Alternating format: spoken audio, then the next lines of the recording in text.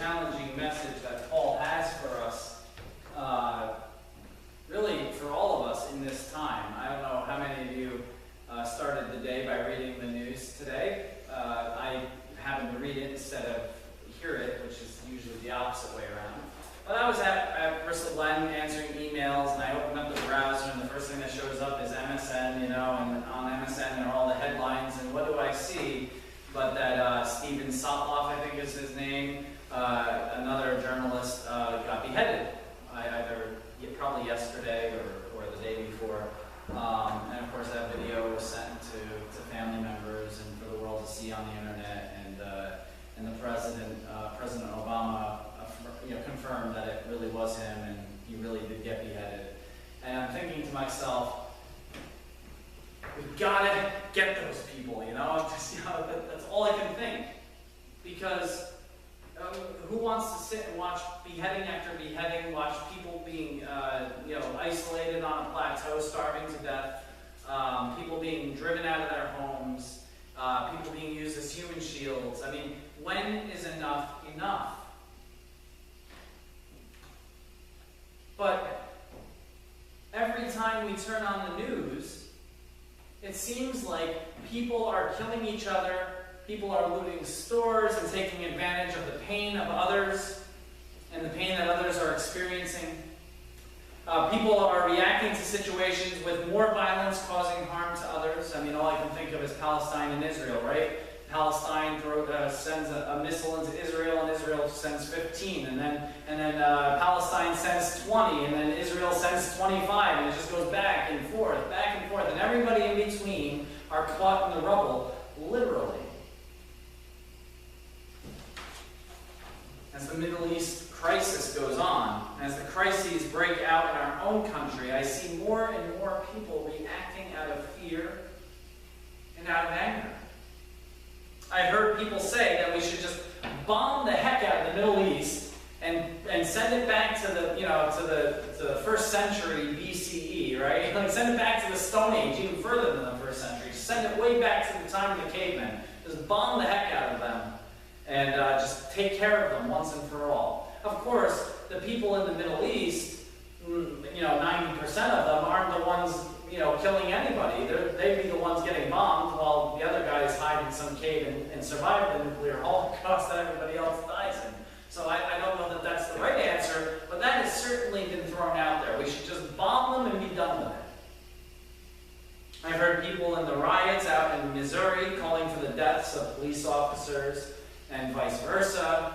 And you have to wonder, when is enough enough? It seems like every day we are seeing more and more violence break out. And we have to be wondering, at least I am, will we ever overcome evil in this world? Or are we being overcome by it? It doesn't take long to turn on the news. At least for me, you get the image that evil's really what's winning out there, not the other way around. And then the other question that I find myself having to ask, perhaps you've asked this as well, but I certainly, every time I turn on the television and see these things, this morning certainly as I'm looking at the young man who was beheaded because he was in the wrong spot at the wrong time, around the wrong group of people. Ironically, before I even go further, Steven Sotloff and James Foley, the other guy who was beheaded, they weren't even in Iraq or around ISIS. They were in Syria and were being held in Syria for whatever charge, but at least they were under some kind of established government that had some kind of laws and regulations. But unfortunately, ISIS came in and took them over, and the people just handed over the prisoners, and they ended up falling in the hands of ISIS, which is how they are now in their custody. So talk about it wasn't even being in the wrong place at the wrong time. It was being in the wrong place at the wrong time, transferred to an even worse time than the time that they were in. So I mean, it's just really a mess. And I have to stop and ask myself, and perhaps you've done this too, where is God in all of this? I mean, surely these people had their understanding of God. Where was God in rescuing them? And of of course, ISIS has their understanding of God. Is that God's will? Where is God in the midst of this? And even more importantly, where are we in the midst of this? How should we, as the people of God, respond to this? It is often alluring to want to fight fire with fire. I keep thinking of the Metallica song, fight fire with fire. But I won't do that. Get the head going, but it's often alluring to fight fire with fire. When I watch this, I'm just thinking to myself, when are we going to do something about it? Why don't we just stop it right now in its tracks? We hear people saying, why don't we just bomb the heck out of them and send them back to the Middle Ages, if not further? It's alluring to want to fight fire with fire, is it not? It's tempting. It almost seems justified. The situation almost seems, not almost, it seems like it calls for it. After all, while peace and love sound nice, how is peace really kept? But through the sword, right? Wasn't that the Roman way? We are the peace of the world, and if you say your peace, we'll cut your head off or crucify you to that cross. Next? Anybody in line? Right? And that's how the peace was kept. And that's how peace has always been kept, no matter what empire is in power. It just so happens that the American empire is in power right now. But how else do you stop that from happening but through force? Peace and love sound nice, but it really can't be attained through peaceful measures, right? You can live peacefully all you want, but someone will come in and kill you while you do it. And all of this is true. The history of the world proves it to be true. But it is here that we find our beloved Paul, the apostle, that pesky guy that repetitively writes stuff throughout the New Testament, occupies a majority of the New Testament, writing repetitive and redundantly.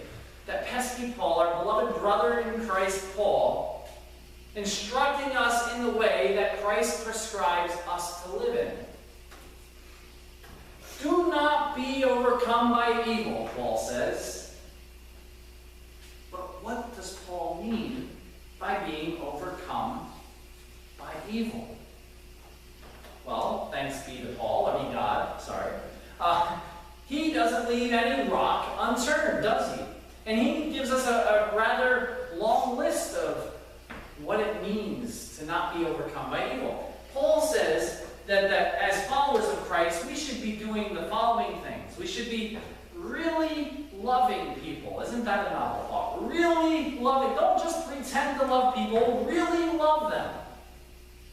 Don't just say you do it. Really love people.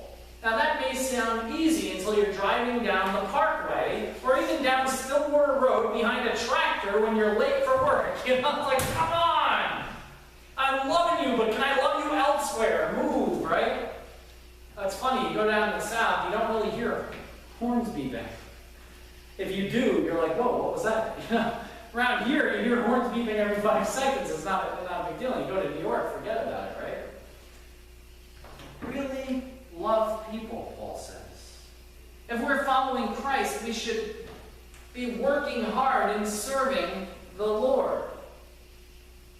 If we are followers of Christ, we should rejoice in God, our hope, and never cease. Anybody know the key word? Never cease what? Not, well, I would agree, never cease loving, but he says never cease praying. And in praying, never cease loving either. I think that is an accurate answer. But never cease praying. Oh, here's where it gets tough, though. I mean, all of that first stuff sounds fine and dandy, Paul. Yeah. Oh, yeah, we know that, right? But here we go. We should be practicing radical hospitality. And here's the kicker. Including to our enemies. Including to our enemies. We should be blessing those that persecute us. Wait, blessing those who persecute us? Like, Paul, you're really taking those beatitudes seriously? Like, we're not just like metaphorically using Jesus' words, like we'll bless you as we drop a bomb on your head, you know, like you really want us to bless those who are persecuting us? And he says, never pay evil with more evil.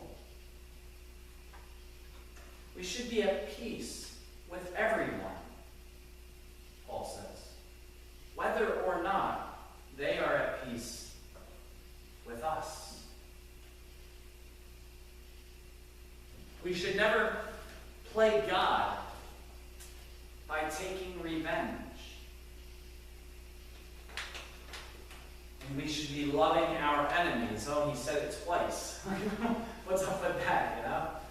We should be loving our enemies, even if it means feeding them and caring for them.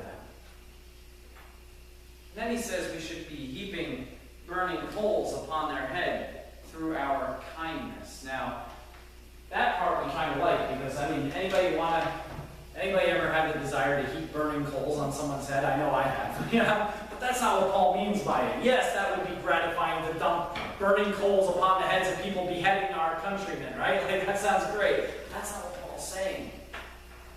You see, in the Old Testament, coals, hot coals, fire, all of those were seen as cleansing, purifying items. If you remember, Isaiah had a hot coal in a dream, in a vision, touched to his lips when God said, I will put the words in your mouth, you will speak for me. I will refine you. Fire and hot coals are refining. Just like gold found in, the gold found in the dirt isn't really worth much until you refine it and make it what we call pure, right? We purify it. And then that gold is worth something. Iron is wonderful, but it doesn't make a very sturdy sword until you refine it and turn it into steel.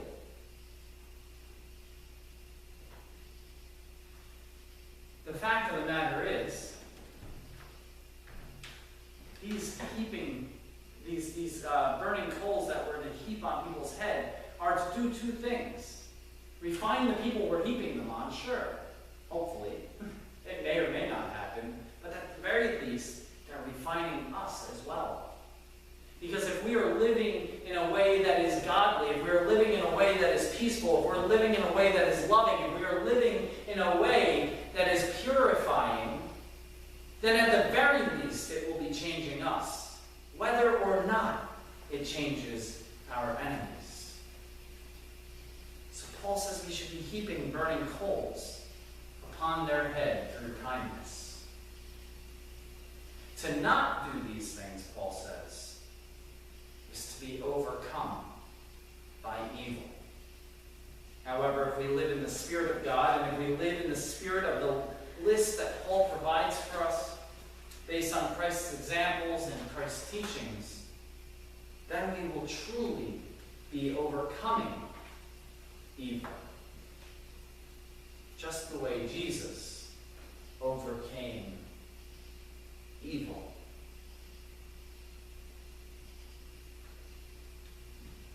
God never said, by the way, that we will overcome the evil of the world.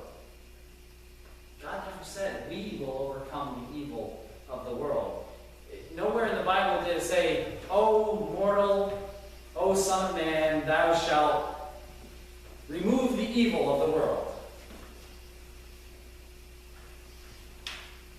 Rather, God said that we will overcome evil in ourselves. That's what Christ taught. Blessed are those who realize their need for God, for theirs is the kingdom of heaven.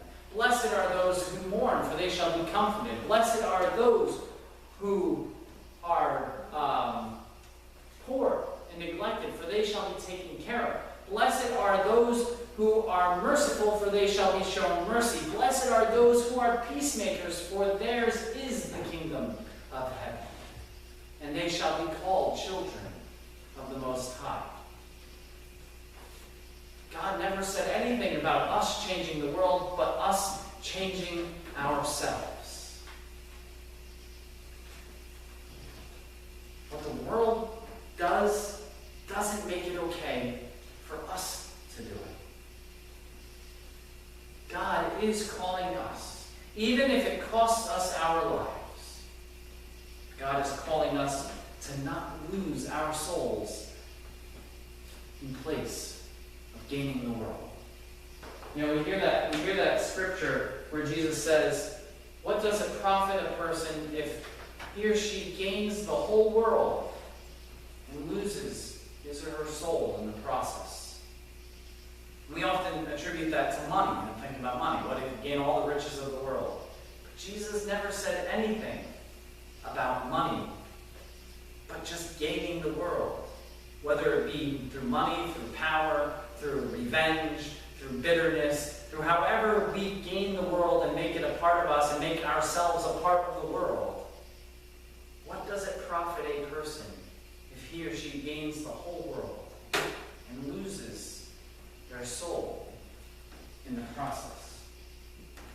God is calling us to be refined by heaped coals, burning coals being heaped on our heads.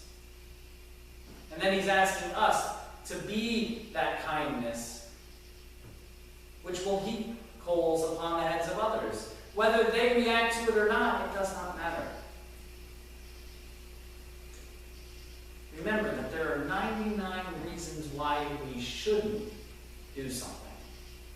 There are 99 reasons why we shouldn't be peacemakers, why we shouldn't be merciful, why we shouldn't be compassionate, why we shouldn't be humble, why we shouldn't be poor in spirit, why we shouldn't be attached to this world, or not attached to this world.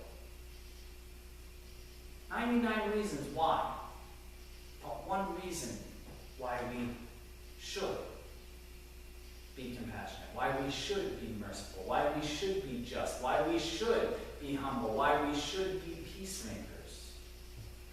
And that reason is because it's right. Any one of us can take any given thing and excuse it away with a bunch of reasons that seem to justify why we're not doing something. But there's one reason that points in the other direction. And that's God told us to do it. And it's the right thing to do. So stand with God. Stand with God. Trust in God. Be refined